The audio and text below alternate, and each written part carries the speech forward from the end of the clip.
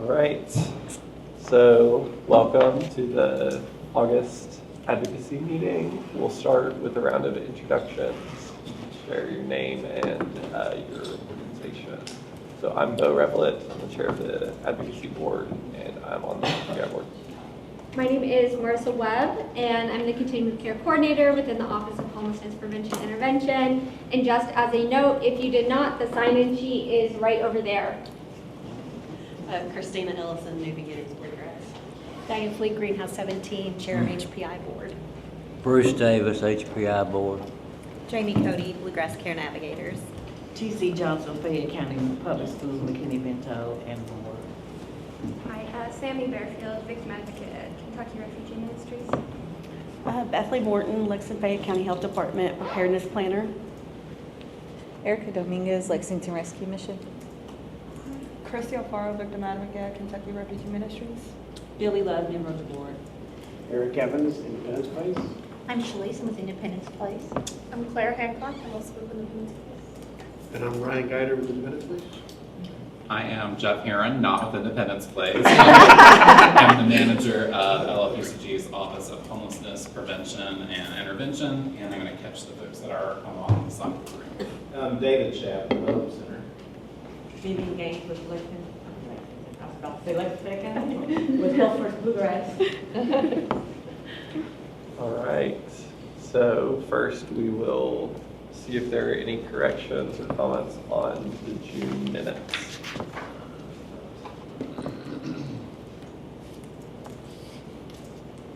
Is there a motion to approve? I'll move. I'll second. All right, all those in favor say aye. Aye. Any opposed? Great, minutes approved. And we'll start with new business with Jeff on the housing policy. Okay, so continuing conversations that we've been having for some time now. Still looking to try to develop a fund that can be used with some flexible dollars that maybe would cover some housing related costs that we can't always identify through other sources like grant funded programs or other financial assistance resources within the community. Obviously, we still have several steps before we would get there, but as I work on initial steps, I wanted to get some input from this group and just engage you in a little bit of conversation. To give background, because I'm not sure who's participated in what meetings and what knowledge everybody has, the ideal here would be that it would be financial assistance that could help persons to rapidly exit homelessness or prevent homelessness. It could cover potentially things like maybe an application fee, security deposit, initial month's rent, but also other things that might not be solely a housing cost, but maybe contribute to someone being able to enter or remain in housing, like transportation assistance or maybe equipment, uniform, something that's needed for employment. Part of this conversation, Diane from our board had shared that Greenhouse operates a flex fund and has had a lot of success in being able to divert folks from homelessness or to quickly end their homelessness through a fairly nominal cost. So we would be looking at setting some limits to this, knowing that our resources are not infinite. It would be something that we would have to establish some limits for. But it could be something that could really help our community. Kind of how I would see the implementation working would be for us to implement this through something that HUD calls housing problem solving. And that's a system-wide approach. Instead of our interactions with people being solely or very heavily reliant on our coordinated entry system where we have housing referrals that are made, we would run this conversation with someone from the time of presentation, and we would go ahead and make some efforts first before we go into any kind of scripted assessment, just have a more open-ended conversation about what a household or individual feels like would resolve their situation. And then based on that conversation, identifying their strengths, identifying the needs. Sometimes that might be something we can solve through just connection with case management. Sometimes it might be a second level of response that we have to attach it to some kind of financial assistance to meet the identified needs. And then the third kind of outcome would be maybe this is someone who truly does need the ongoing rental assistance and supportive services of a housing program. And we can continue to hold that housing problem-solving conversation all the way to the time that they actually get referred to housing. So 3 different levels of potential outcomes, but it all works within the framework of one ongoing conversation with the household participants. What I would hope to get from you today, I've done a lot of research and found a lot of examples from other communities. I can say that there are some good outcomes that are attached to a lot of these funds. And I obviously can see what other communities have done and how they've implemented it, but I want to know from your perspective as our advocacy committee, what you feel like is needed to make a fund like this successful and impactful in the community. So I'm going to take you through a couple different key areas. I'll start each of those areas by posing a couple of different questions and then taking suggestions from the group that I'll then use to inform our policies. The way that I would ultimately probably see this being executed is going to be that as an office of presently 2, soon to be 3, we are probably not going to be the direct operator of an assistance fund just due to capacity. It would probably be something more along the lines of identifying some organizations that we could award some funds to that could then operate the funding in compliance with the policy that my office would oversee. So what I'm working on now is development of those policies that I could take to the board for approval. And once approved, we could do the necessary steps, whether it would be a dollar amount that would trigger me to have to open an RFP, or there would be a less intensive process for generating those agreements with organizations. Essentially, just want to make sure that whoever the funds sit with, that we're operating in a unified vision and by set policies that determine how the fund is administered. So one of the first areas that I wanted to generate some discussion was going to be around the subject of who the fund should serve. To give some background or context, I've seen some communities that only allow access to the fund for those that are going to meet HUD's literal homeless definition, categories 1 and 4. So in emergency shelter, on the streets, places not meant for human habitation, and those actively fleeing domestic violence. The benefit to potentially having a scope like that, especially at the onset of a program, would be that we would probably have a more manageable level of request and be able to meet the need with the level of resources that we have. Other communities have varying different levels that they've expanded such a flex fund to. Sometimes that can be used for prevention. Sometimes it can be used for households that have recently been homeless but are now in housing as a way or measure of preventing returns to homelessness. And then there's going to be other communities that might have even more broad criteria than that. But just thinking through our community, your experiences as providers and advocates, I'd like you to think about the following questions and share your input. Who do we think that the fund should provide assistance to? Also potentially consider things like what populations have the greatest need, or what populations that we could emphasize that would have the greatest impact on our overall system. And what populations do we want to prioritize at this stage of implementation if we want to potentially have a more narrow focus, get our wings, and expand from there. We can start with, multiple different populations, or we could focus on one and then choose to expand after we see what the outcomes of the pilot would be. But just would like some input from you all as to what populations you think this type of resource would best serve and be the best alignment with our system and our resources. Yeah, I have a question. I'm sure you probably know, I'm sure you know that you probably was approached, but we did your research and talk to communities. Did they have like any lessons learned so that we don't repeat those mistakes, or any reason they focused on specific groups? So I didn't have a chance to actually speak with anyone, but there are a number of communities that have forms, policies and procedures, different things that I could reference. I didn't really see a lot of lessons learned that were kind of captured in those kinds of materials. That would probably take actually having conversations. It did seem like there were a few communities that did choose to focus solely on literally homeless and then expand from there. It looked like, even though it wasn't spelled out, it looked like part of that was some communities ran through the committed funds quickly. And in terms of being able to continue to find sources for the fund and incorporate into it, they had to narrow their focus. That was the only clear issue that was presented in the materials that I would have referenced. Essentially, work phone calls, particularly off the record, people tell you it's just work. Yeah, I agree.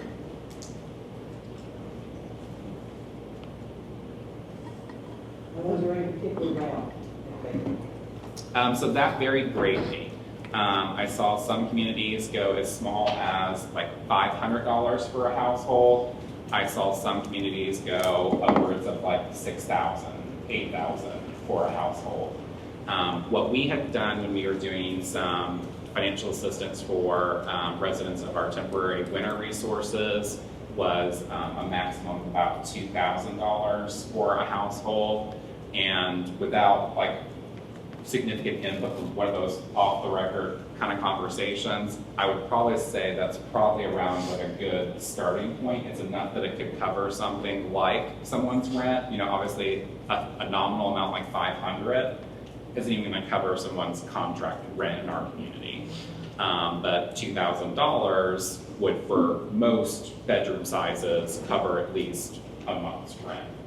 You got the outcome data from the 2000? There are some communities that have published outcomes data. I don't have them with me today from ours. I know that we got between 40 and 50 households. I'd say it's actually closer to the 50 households that we got housed with that assistance. But I don't happen to know, without running data, things like how many have remained in housing, and I don't know if our data can even identify that for sure. We have, we operate a housing assistance fund, and I've kind of toyed with the cap on that a little bit. I first had it at 2,500, and then backed off and then just kind of then capped it 2,000, and there's been a couple exceptions to that. It was a house more than a person, but we've had, it's been operating years, so we don't have a lot of that. But we've had 6 people that we've helped with that return to homelessness. I think 5 of those are drug and alcohol related. Only one was an actual eviction, formal eviction. But we've had 6 of those that came back to the shelter. 63. But it is, one of the things that I've noticed is that we have been able to get people in a lot quicker because of just the relationships that we have with the landlords. They're handful.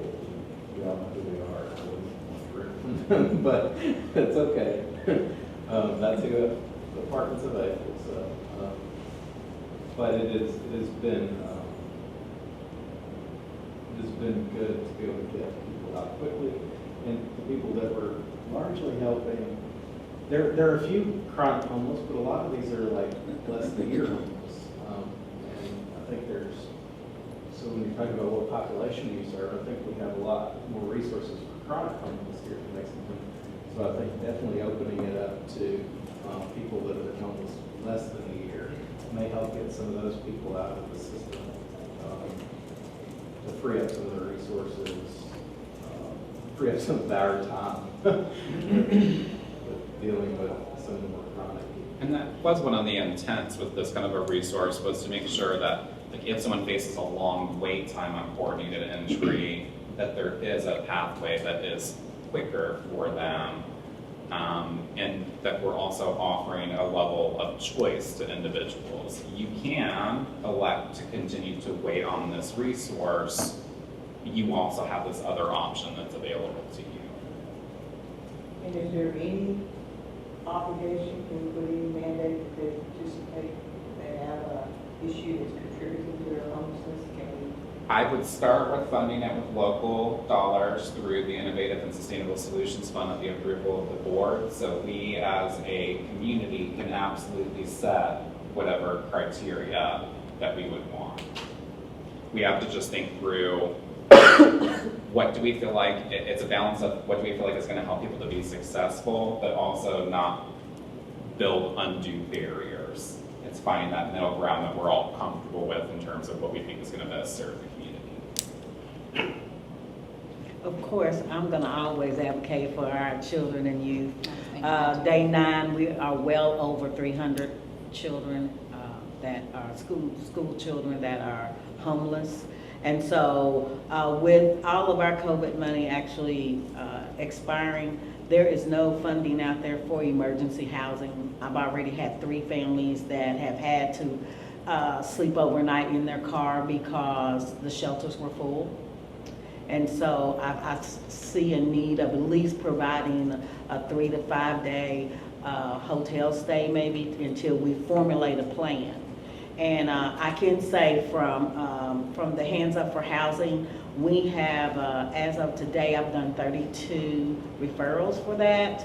And we met 2 weeks ago, and we did 27, and we had 7 that has actually been successfully placed in housing. And the case management is working really well. And we have 7 that are in the progress of getting housing. So they've been able to help them either increase their job skills so that they're able to get employment that is sustainable for their housing. So I see where that part is working. But there's a great need, especially with school now in session, that our kids there's no way that they're gonna come to school and be functional if they've slept in a car all night. In fact, I had a young man that's in high school, and he was literally went to school the next day in a state of panic. He said he was scared to death. And so there was no funding for us to at least give them overnight stay.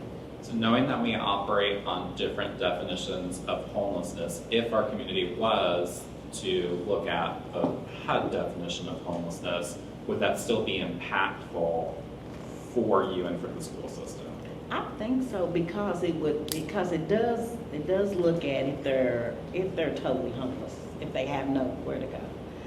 I think that it could parallel to it. Yes. Okay. And maybe if we can give this resource for that, maybe something else can be identified for others that maybe don't meet the criteria. And we are requiring, when our families call, we're requiring, okay, so what is your plan? We're trying to help them, educate them on, it's important for us to have a plan going forward. And we're trying to encourage them not to wait till they're in total crisis to actually reach out for help. Other thoughts on who should be eligible for the assistance? You could probably ask me this and I would answer it differently every time. But Same. but I really kind of like what David said to a degree of, I like going after folks in hopes of keeping people out of the system as much as possible and keeping people out of shelter. So I like it as sort of a homeless prevention piece.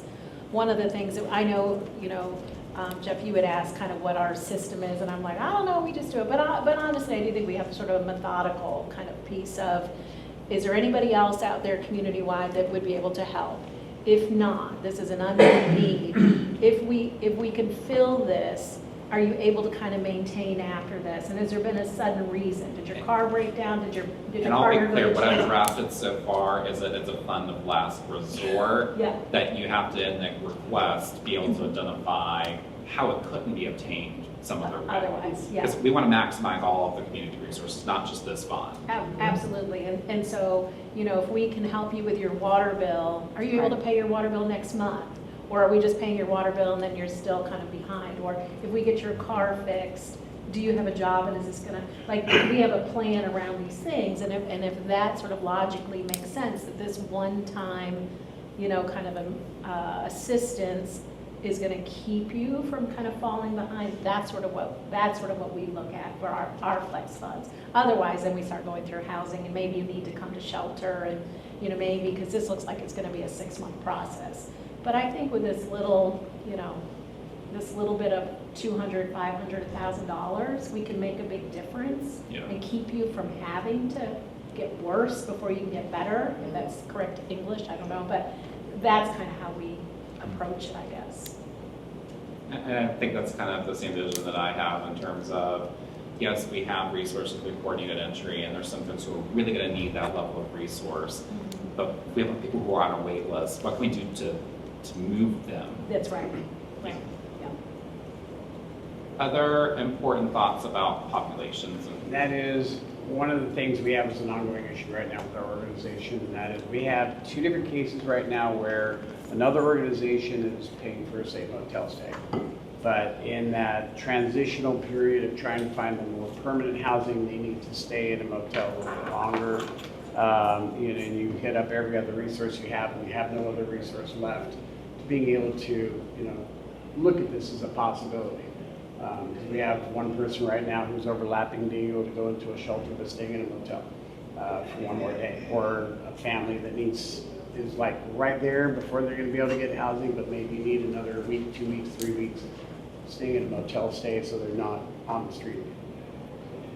And I've heard a couple now mentions about hotel stays, and I'm willing to look at that, but I do want to just warn people that I'm probably going to have some qualifiers on that in terms of, like, there has to be a target date for housing, there has to be a solid housing plan, because what I don't want this to become is a hotel fund rather than a housing fund. So I just want to warn people that open to it definitely need to set some parameters. Oh yeah, for sure.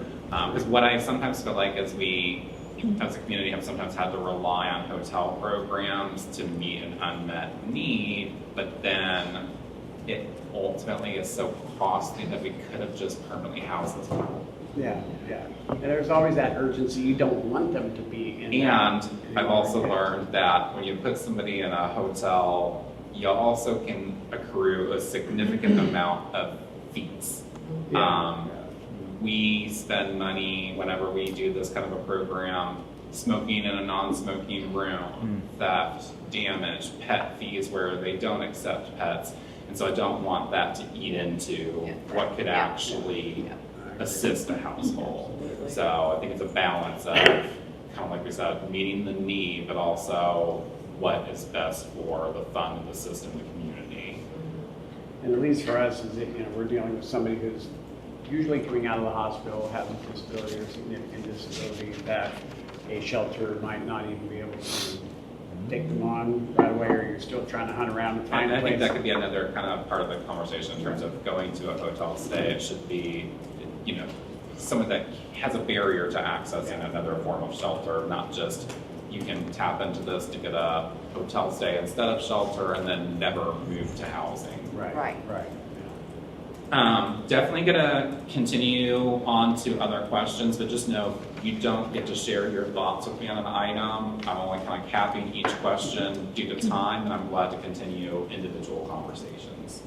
The other thing that I want to touch on is going to be around what types of expenses that we would like to see included in such a fund. What assistance do you normally struggle to identify from other sources? What needs would result in your clients being housed if the assistance were available? And how can we ensure that the assistance is effective while still maintaining a low barrier approach? So what kinds of needs are you seeing with the households that you're working with so that I know what we might want to consider including?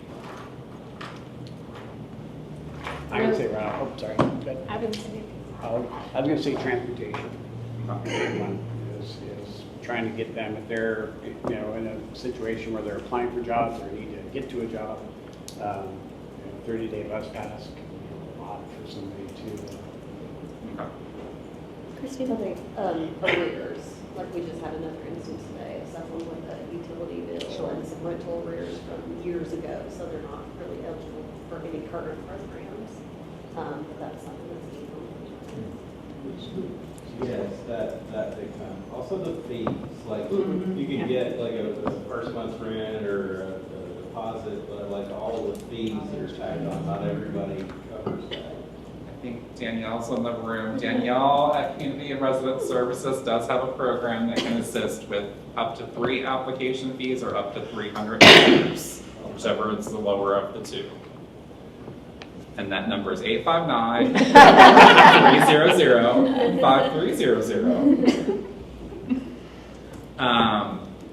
Other needs? Well, that's just it. Community resident services, like we had some calling today.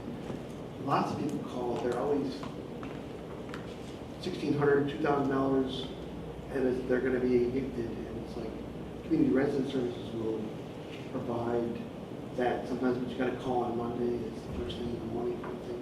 And you have to be sort of like, employed.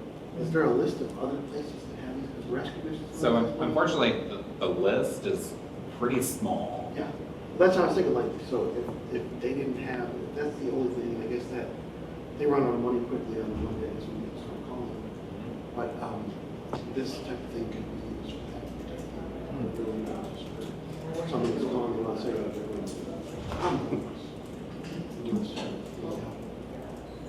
rent themselves. Okay. Or that to be homeless already. That would be something we would have to decide. I would think that at least initially, we would probably be overextending ourselves if we were to try to meet all needs for housing and security. I don't want to say that we shouldn't consider any prevention, but I do think that we want to be careful not to replicate it to be just an extension of existing financial assistance programs. We should probably try to identify something that makes this more targeted, that meets an unmet need. But we could also always talk with somebody, like we could talk to Community Resident Services and see if there's a way that we can maybe blend resources. Maybe if they had a case that slightly exceeded their capacity, that they could communicate with my office and we could come up with a solution potentially. I think there was another. I just wanted to agree with the past due utilities, that's a barrier many times. One thing we get requests for all the time, but I don't, again, know how I feel about it. So sometimes you just have to dig in, but with storage fees, we get a lot of people that have put things in storage, and it's not really where I kind of, it's not but this is me, right? It's not a priority to me.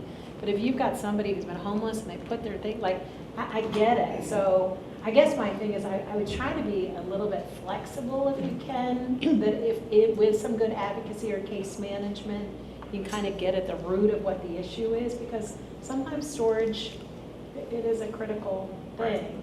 Yeah. And I have seen some programs that do include it, but usually it's limited to, like, for example, 1 month. Yeah. And so I think in that case, what is the plan for that individual to be able to either retrieve the belongings or maintain that on their own after the assistance? Because what I would hate to do is assist with the funds and then... And they lose it all in 3 months. They still lose it. Exactly. So it's sort of like all things, like, do we have a plan? If we can pay this utility now, what's the plan going forward? As best as we can guess. So storage fee is something we get asked about a lot. So it should be on the radar.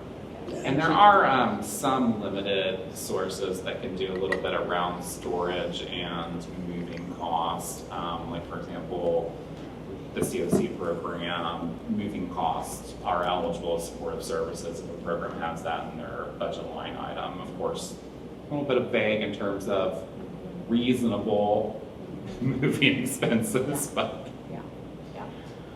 Actually, to piggyback off what Diane is that it's, for me, particularly with my families, it's harder to help them restart over as versus if we can help them more or less with storage, because it's a bear trying to recoup everything that they, down to the pots and pans.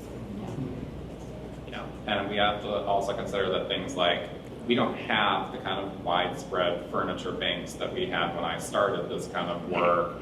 people will have a lot of bad experiences with bed bugs and other issues related to operating those kinds of resources. And what ones still exist are oftentimes very insular. They only serve like members of their church, or, and not that there's anything wrong with how someone chooses to approach it, but like it's not widely available. And actually mentioning that, so I was at the KHC conference last week, and something was brought up in one of our sessions. There's an organization, I guess, out of Arizona that will do what's called moving kits. And that's something where if we have somebody who's starting out with absolutely nothing, they're like $300, and it includes just the bare basics of moving into your first place and having a pot, a pan, a dish, a towel, you know, all those bare essentials.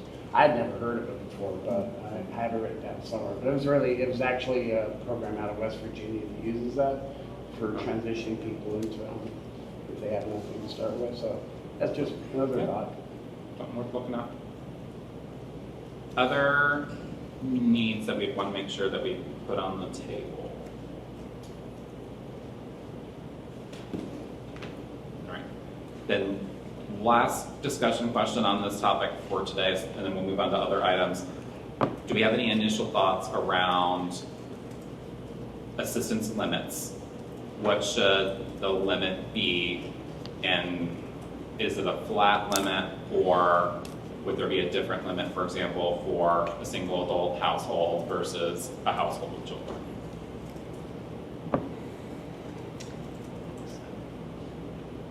It should be flexible based off the situation and the family size. That's really a big gray area as far as what you limit it to. I think it also depends on how much funding you start out with as to whether or not you can do a sliding scale, or we do it per family unit size. Because one individual definitely may not need as much unless they're needing back rent. You know, one individual can take even as much, if not more, than an entire family. So it's kind of a weird little. But there's a huge difference through the rent for one bedroom versus 3 bedrooms for a family. And so that's why I consider potentially having a different limit for families, but also I want to make sure that it doesn't get overly complicated, and that like organizations that are tapping into the fund get bogged down in trying to calculate what the limit is for the house. So I want to be clear enough that we all understand what the limits are, without like a lot of what we have to do in the grant world of like, take this number and subtract this number, multiply with this number. I want it to be easy enough for people to follow. But I do understand, and that's why I consider, is there maybe a need for a household with multiple members to have a greater limit? I know for us, we really don't have a limit, but I'm just in a lot, like not in a logical, but in a how we sort of do it. If we have an advocate, we kind of go through the questions of things, and it's like $500 or less, and we can't think of any other way, and we really do think this will make major impact, we can kind of do it. We start to really scrutinize if it goes over $500. Like we dig really kind of deep to, you know what I mean? Like that's just when we just explore it a little bit more to see if it's, so it's more what it is versus the amount that it is. Yeah. But we just have a different intensity of review, I guess, when it starts getting really high. We operated a similar barrier relief fund with some grant work, and similarly, what agencies did we try to access, and then what is the plan moving forward? But then like up to say $500, we could approve. If it was over $1,000 or $1,500, it required a higher level of approval. And then, you know, up to whatever that max amount was. I have seen that in some of the examples that I've referenced, where maybe there's something that like, if it is an organization that's administering on behalf of the OHPI, that they have independent authority to approve on the policies, request up to a certain dollar amount, but maybe there's a second step where like a supervisor or reaching out to my office is needed to obtain approval for a higher dollar amount. I think that'd be nice, because if it was like just a $30 bus pass is all we're needing, that probably doesn't need to be maybe buy two. And I'm also trying to think through, like, I don't have capacity to sit all day, every day, and timely review and approve every request that this could generate. When we have, our office goes to a conference, how do we maintain the funding, keep it moving? You know, so I want to make sure that in the design, we build something that has some flexibility, that it's not reliant on one person or party always being available.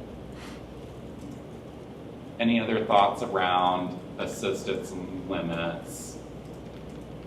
If you want to look at household size, could you like look at the fair market and just kind of use that as your scale? That's largely what we're using with vouchers. That way, you know, if you need a 3-bedroom unit, you know what that value is. I think it just gives you something built in to reference, then you don't have to go back and change your policy about later. Because you can adjust with the fair market. And I think when it comes to rent, we have several things we can tap into. We can look at FMR, but we can also look at, like, as a different but related measure, rent reasonableness. Yeah. I think there's some ways, like I've seen some communities, when they pay rent, are sticking to FMR. Some do just rent reasonableness. Some do up to a percentage, like maybe up to 150% of FMR, but still also meets rent reasonableness. That allows, like, if somebody's coming with a need, they're in housing, you're not going to force them to move into other housing just because their current housing exceeds FMR. Well, when they went and obtained that housing, they had no idea that they were ever going to have a requirement to be within a certain value. And it might still be reasonable for the community or the neighborhood. I would say that you need to limit the number of times a person can access that. Most funds that I've seen that have operated this way, there is a specified limit, and most of the time it is either one-time assistance or once within a year, and it resets 1 year from the date of assistance. And we could, you know, consider what approach that we think is appropriate, both in terms of what serves people, but also in terms of what allows us to operate and not exhaust the fund too quickly. I think a little bit of that has to do with how much money we have, right? Yep, definitely. Do you think there could be any benefit to, like, each agency having a set amount of money that they could use? Like in the I tracking like back having a end? unified policy, because what I think we're going to run into if we have different parameters for different organizations is going to be, I want to be served by community action because community action covers this and New Beginnings doesn't. Or I want to be served by New Beginnings because they have a higher limit, but community actions is lower. I'm hesitant to create a lot of variables because I think that's going to potentially create issues of the assistance not feeling equitable, potentially some agencies having a higher burden on capacity, because then we have to get into the whole thought of, is this solely that the organization taps into the assistance, or is there a need for them to have, like, funded positions because they're getting so many requests that that's now a need that they have in terms of staffing. I was trying to make it easier for everybody. And unfortunately, Here's your pot of money. When it's gone, you got to unfortunately, there are some people that will go to one organization and ask for a request for assistance, and then when that's burned out, go to another organization because they know they have funding. Because we actually get that. We get people that call us, and you know. Well, I can tell you right now, there's going to be an HMAS requirement. I'm sure. That's what almost every single community is doing. And it's what our community would seek to do for the data purposes, but also for this kind of an issue we can deduplicate much easier if we all have a shared system that we're operating within. Back to the other request that we kind of like storage units, it's a little bit different, is we often, when you, Eric, you brought it up, transportation, but we often get calls for Greyhound bus tickets. Can I just get home to, you know, mom or dad in Columbus, Ohio? Can we just do that? And so we do that pseudo-regularly if I can confirm that mom and dad lives in Columbus, Ohio, and yes, you're going to be welcome. And, you know, like, I just need something. Because sometimes, like in February, I get a lot of requests for Florida, And it's like, well, let's think about it. Yeah. But greyhounds can be, nice too if there's a plan. Right. And I know we obviously have the example of the ticket home program that Rescue Missions had. I think they've done a good job of setting some reasonable parameters to make sure that it is beneficial to the household. Well, I appreciate the initial thoughts. I do already have draft policies and procedures that are nearly complete, so my hope is that we'll be able to kind of quickly move forward and before the end of the year, at the very least, have the policies in place, if not be moving closer to an implementation phase. So definitely feel free to reach out to me individually if there's continued thoughts, conversations that need to occur, but just to keep us on the agenda. I'm doing all the new business items today, so I'll just move along into my next one, which is National Homeless Persons Memorial Day. We had talked previously, and there is interest to again hold an event this year. That event typically takes place on December 21st. I sent out a availability poll, and the option that would net us the most interested parties that wanted to participate was this Friday, August 30th. That's going to be 11 a.m. Scheduled until noon, and that's going to be on Microsoft Teams. That was set out through the mailing list, but if you're not on our mailing list and have an interest, you can shoot Marissa or I an email and we can get you that meeting link. Since we've not had any planning meetings yet, there's not a lot else to announce on that subject other than we have a meeting date. Can everybody hear okay? Y'all are so far away. I'm trying to project, but I want to make sure I'm doing a good job. Yep. Thank you. The next item, I'm going to try to get the TV up and running, so definitely if you walk through here, please be mindful, don't trip and fall. I don't want OSHA coming after me.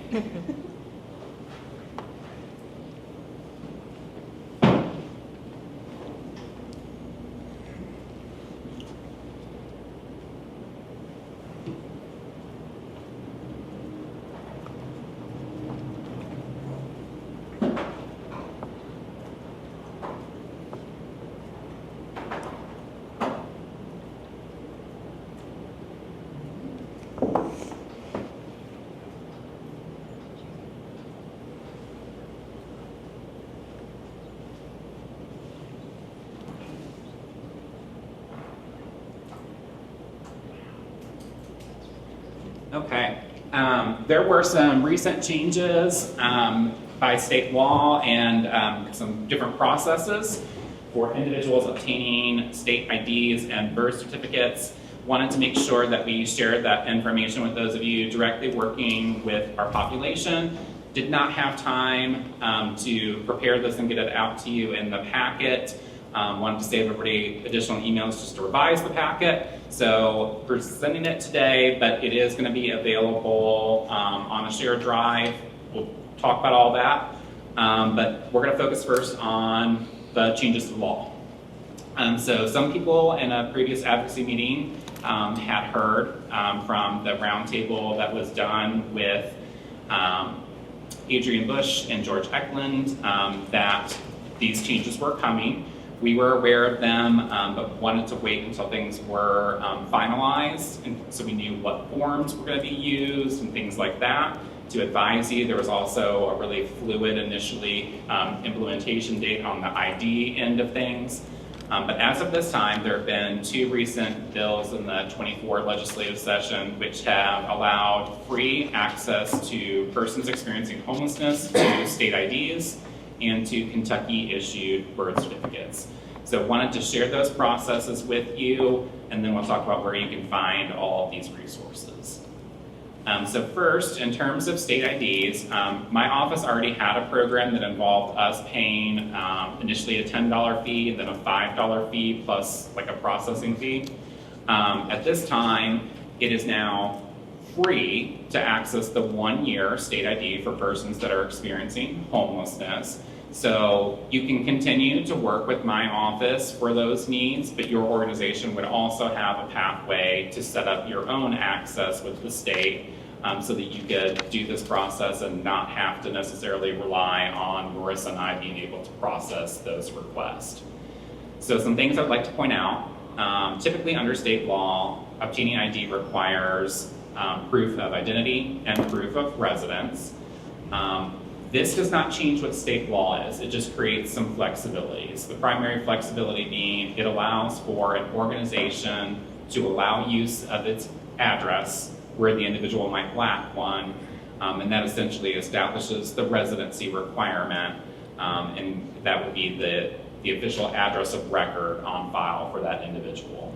I say this to point out that if an individual is not experiencing homelessness, they're still going to have that residency requirement. And if somebody has not had a previous Kentucky ID, those proof of identity requirements, like producing your social security card and birth certificate, would still apply. Typically, if they've had a previous Kentucky credential issued, usually that's accessible through the state system, and most of our folks have not had to worry about trying to produce those documents. But definitely if they're from out of state, never had an ID here, make sure you're aware of that from the onset so that you don't send someone out just to encounter another barrier. Other things that you should know, right now, the program free of charge only covers the state ID. It does not presently pertain to driver's licenses, although that is expected to be available in 2025. Again, it is going to be a 1-year credential. Organizations that would seek to set up an account with the state and produce letters or forms that an individual could take are essentially agreeing to verify the individual's homelessness. The state is using the HUD definition of homelessness for adults, and for youth ages 16 and 17, they are able to use the McKinney-Vento definition if they are experiencing homelessness and are unaccompanied. So definitely we are thinking of the same criteria that we use for things like coordinated entry and a lot of the resources that we operate through grants. Even though people can be at risk of homelessness and they might still have a need, the state is specifically looking at those that are in a homeless situation. Organizations verifying homelessness agree to allow the individual to use the organization's address of their address of records. That means it's going to appear on their ID. Some organizations that have initially had conversations with me about participating in our program have had concerns about if they would want someone to have that address listed as their ID. Most of the time that's going to be more government type offices that have a concern about that. But I do want to make sure that you're aware of that. Not only would it appear on their ID, but it's also going to be where the physical ID is mailed to when it is prepared. So again, you can continue to work with my office, but if you would want to establish an account of your own, you would just need to reach out to the state's contact people that would handle this program, and they can walk you through any steps that are needed on their end. Personally, we work with Kathy Humes, and Kathy is amazing. Kathy has even reached out to me when there was somebody that was maybe not within our system that maybe had a need just to get ideals on where she could direct them. She really does want to help. So I can say very positive things about the staff that are working on this. There are going to be 3 different forms that can be used. One is for those youth 16 to 17, one is for adults, and the other is simply to obtain a voter ID form that would allow somebody to vote. I imagine most of us are going to be pursuing the first 2 forms and less concerned about just voting. We want people to also be able to do all the other wonderful things that the ID facilitates. This form is different than the template letter that people would have seen with my office. It is a lot less information. You just put the individual's full legal name, their date of birth, and then we would have the name and organization of who is requesting the ID on their behalf, the address of the organization that is to be used. You check the credential, sign and date, and you submit the form. You give that to the individual, they take that to the driver's licensing office, and they can obtain their credential free of charge. Now, what I will say is you do see that there's state ID here, but there's also other levels of ID that include cost. Your organization can choose to cover some of those other costs. You just need to have something like a credit card on file. The state has my Pro Card number, and when we were paying for it, they would just charge at the time that that letter was presented at their office and send me a receipt after the fact. So that's a consideration for your organization to make about what works for you. But if that was something you wanted to do, you would have to include the last 4 digits of that card that's on file so they know and can verify through documentation where that should all be charged to. But we no longer have to provide a photo. We no longer have to include social security number, race, gender. So it's less information, definitely a little bit easier process. Initial questions about the state ID process. You said all that. No, or maybe you did already. I haven't yet, but I'm going to. I've got everything organized on a folder on our Google Drive. I even made a little bit.ly URL so it's easier to get to. You can access all of the application forms, this guidance document, and a couple other things. I also included a link to the valid proof documents, what's accepted for proof of residency and identity. If for any reason you're working with somebody that doesn't meet the criteria in terms of being homeless or another situation that might present itself, you would know if they do need those things, what would be accepted. So the area that's probably really newer for us is going to be birth certificates. This is a completely new program that was just launched this year. We haven't had this resource before. House Bill 100 did result in free access to Kentucky issued birth certificates. So unfortunately, we don't have the ability to use this service to obtain birth certificates from other states. There are going to be 3 requirements for this. One would be that there is an affidavit of homelessness, which is a form completed by a provider. They would just be essentially verifying the individual's homelessness and helping to facilitate the request. They would need to include a copy of their ID, the requester, not the client.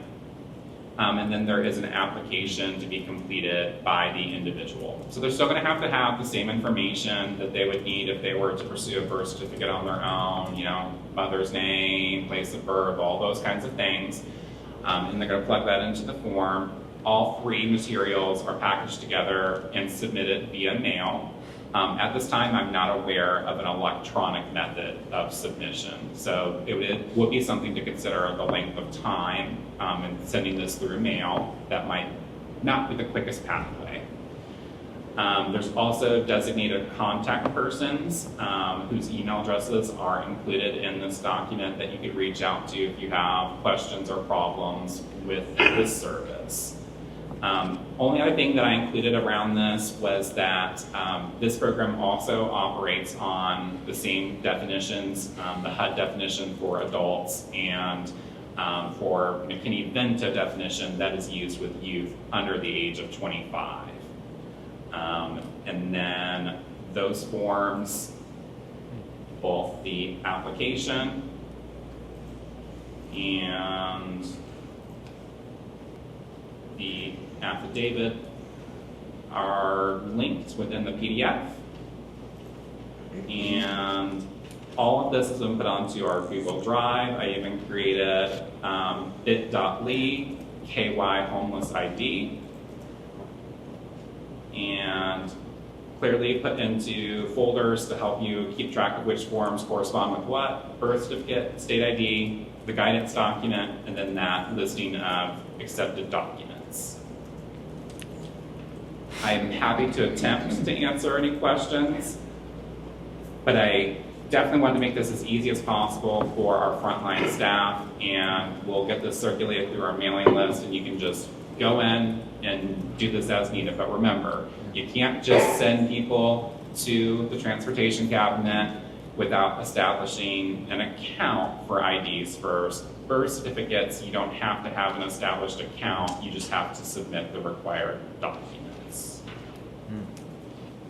Questions at this time?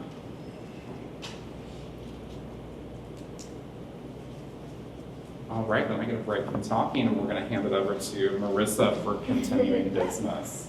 I have a little bit less to say.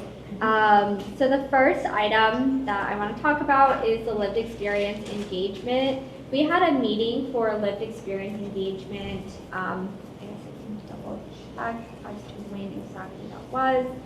It was the 14th of this month, August 14th. That was directly corresponding to the drop of the 2024 NOFO, Continuum of Care Notice of Funding Opportunity. Unlike our previous lived experience meeting, we had a significant decline in folks turning out for this meeting. Part of that was because of just the scheduling and us wanting to have a really quick turnaround time, so not having quite as much of a lead time we expect. However, one really good thing did come from that limited meeting and scope is we were able to identify one individual who I believe has gone to every single lived experience meeting. So they understand kind of why we hold these meetings, why these conversations are important, and every time we really encourage this individual, please come back next time, because clearly you're really involved and invested in both this higher level conversation at the system as well as getting a little bit more into the nuances. The conversation that we had on August 14th was primarily around priorities, considering the 2024 NOFO and where folks feel as though right, if we have to assign point values to things that we both would want to see both of these items achieve, maybe which one do they feel would rank higher potentially. So that is how we went about having that conversation, and as a result, we implemented that feedback and those changes on our scoring and ranking tool for the NOFO. A lot of the discussion that we had and a lot of the feedback we received was pretty much in exact alignment with feedback that we had received for the previous year as well, with folks continuing to reiterate that helping as many folks as they can, but also being very specific with the resource, having it be kind of targeted, as well as moving folks into housing as quickly as possible were priorities that they had listed and indicated. So because of that discussion and because of the changes that we've implemented in the NOFO scoring and ranking tool, we now want to have another meeting going back to folks of just we had a really broad conversation at this higher system level of what do you prioritize. Now we want to bring it to the specifics. This organization performed really well in this item that you prioritized, and this organization did not do as well, and here's how and why we are ranking them that way. Particularly about that one individual who I mentioned who has been very consistent in coming to these meetings. We singled them out and talked to them and asked if maybe they would even be willing to have a conversation with our program performance and evaluation committee meeting when we are actually making those funding recommendations. So that way folks are in the room and they're able to provide feedback. It's not just us relaying the feedback, but they're able to, maybe they just didn't have access to this space before, and now we wanted to extend an invitation so that way they can be a part of that conversation. So speaking about specifics, not quite the PPE meeting, but a meeting before with those with lived experience and lived expertise of, you know, how are we scoring and ranking these programs based upon your priorities. That discussion will be happening on September 30th at 1:30 at the Central Library in Meeting Room B on the second floor. I will be sending out a flyer for that meeting as well, and we're hoping to get a couple more folks at that meeting and also bring some of these high-level concepts down to the specifics. Maybe you've worked with these various organizations and they are here's how, you know, they're performing based upon metrics that you've established. So we're really hopeful that we have a little bit more folks at that meeting and that folks can really see how their feedback is being implemented in this process. Anything that you want to add? Covered everything. We will, like Marcia said, we'll send the flyer out with those details in case you didn't get that jotted down. It's not for us to attend, it's for people who live the experience. Right. So we'll try to condense those into one follow-up email for you. I can continue you have on. another item? Yeah. The next item is our program standards update. We had already voted on the 2024 into 2025 program standards calendar, and our next meeting, or I guess our first meeting of that, of the standards review, is going to be our rapid rehousing standards review that's happening September 25th. I'm working on confirming all of those locations, but if that pertains to you, you will be receiving a meeting invitation, a calendar invite from me with that location, with our current standards, and then maybe some points of discussion as we get into that review meeting. One item I did want to talk about, just more broadly about our program standards, is I know that as we were wrapping up those meetings a couple months ago now, I sent out just a survey just asking how you felt those standards review meetings went, and I received several responses, and some good, some bad, but I really want to extend an appreciation and a big thanks if you did complete that anonymous survey, because that does help us know how we can make these meetings better, especially as we get into this new calendar year, so that you feel they are more effective, we are moving forward, there is momentum, and that way it's also a peer learning experience where we are hopefully having also a discussion of this is how we operate our program, and here's how we can push forward with these program standards. So the only other thing that I will mention about our program standards, it is not on our agenda, but I do want to talk about is emergency shelter. We expect that our emergency shelter standards to come to committee to be voted on at our next committee meeting. This is because we had a lot of, as all of you all here in this room know, our emergency shelters are quite specific. And because they are quite specific, finding standards that really serve as the floor and provide uniformity for all of our shelters requires a lot of work and coming together. And so we are just finalizing that document and making sure that we can get everybody in consensus for what the floor is for folks as they enter emergency shelter here in Lexington. So be on the lookout for it. So any questions about any of that? Wonderful. Thank you. All right. So now we're on other issues in public sharing.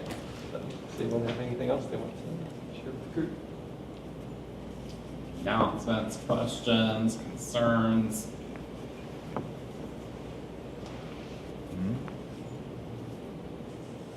Community table talk, September the 6th, 9 to 12, at Central Office, around Park Place.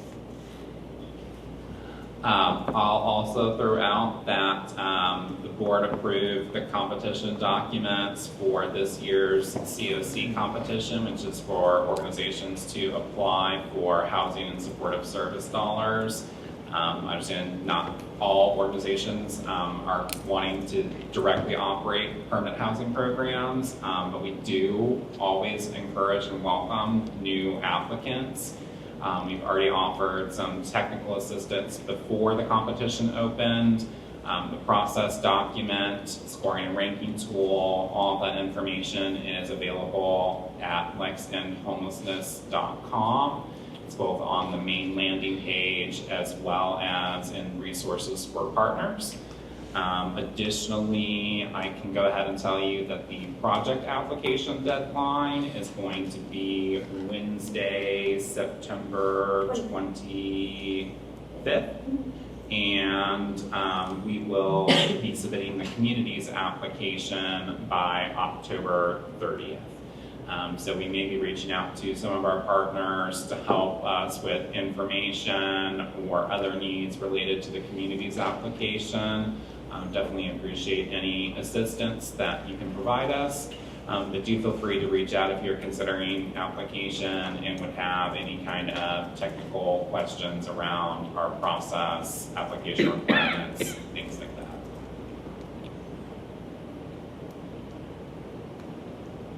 Nobody else has anything? Well, I guess I think that house, and they're referred from somewhere else, once they call us. I was wondering, is there a way we can send them through your office to see if they're studying properly? So that should be a us conversation on the Okay. side. But happy. All right. Well, the next meeting, October 23rd, here at 1:30. And we'll adjourn.